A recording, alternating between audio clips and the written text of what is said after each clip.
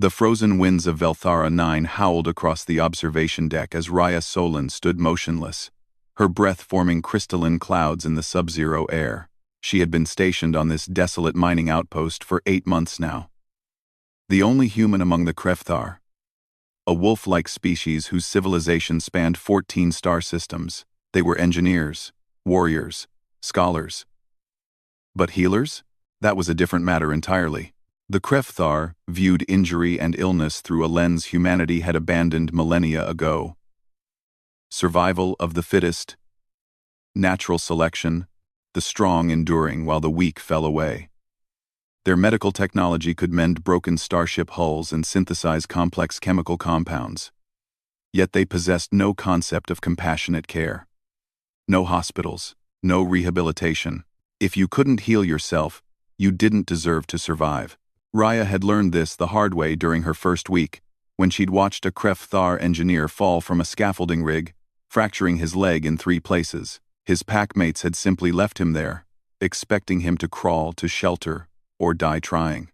She'd intervened then, splinting his leg with spare parts and pain medication from her personal kit.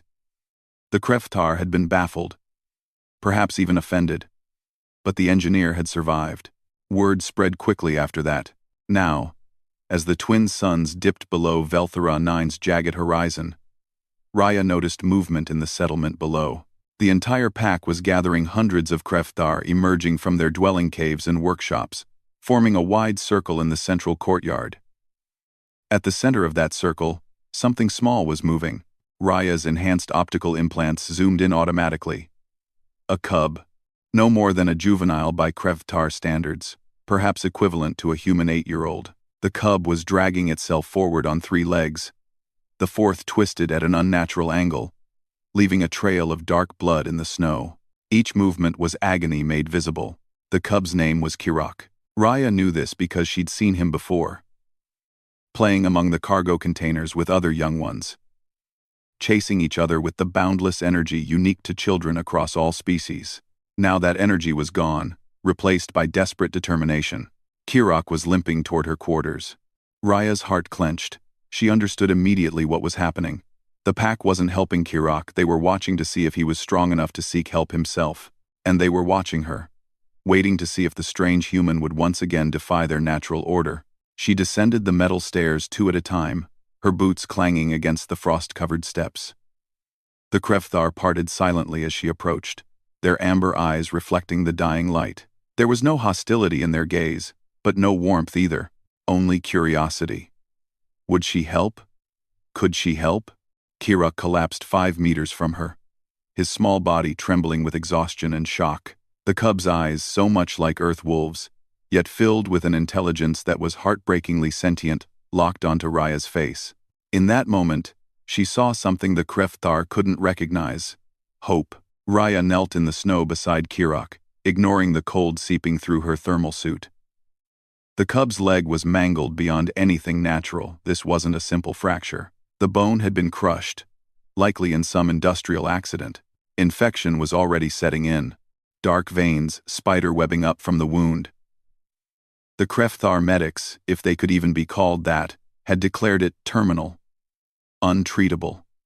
The cub should have been left to die. But Raya Solon was human, and humans didn't leave children to die. She pulled her medical scanner from her belt, running diagnostics while her mind raced through possibilities. The bone was destroyed, yes, but the main blood vessels were intact. The infection was aggressive but still in early stages. Salvageable, barely. "I need my surgical kit," Raya called out, her voice steady despite the fear coursing through her veins. "And sterile environment protocols." Now, the Krefthar didn't move. They stood in their silent circle, watching, judging. This was the moment they'd been waiting for, the moment when the human would either prove her species' strange philosophy or reveal it as weakness. Raya met the eyes of the pack leader, a massive Krefthar named Thorn, whose scarred muzzle spoke of countless battles. "If you want to see what humanity truly is," she said quietly, "then help me save this child. Or admit that your strength is nothing but fear of compassion." The silence stretched for an eternity. Then Thorn's ears twitched the Krefthar equivalent of a nod. Two younger pack members rushed toward the medical supply depot.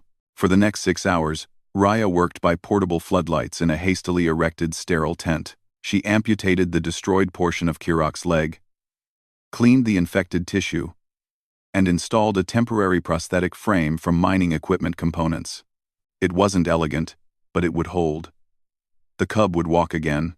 The Krefthar watched every moment. They watched as Raya's hands moved with practiced precision, as she spoke softly to the sedated cub despite knowing he couldn't hear. They watched as she refused breaks, refused food, refused anything that might delay Kirok's recovery. When dawn broke across Velara 9, Kirok opened his eyes. The cub looked down at the metal framework attached to his leg, then up at Raya's exhausted face. His tail, which had been limp with despair, began to wag slowly. Thorn approached then, his massive form blocking out the rising sun. "We have debated your kind for many cycles," he said, his translator rendering the growling words into standard. "We thought your weakness was refusing natural law. But we understand now.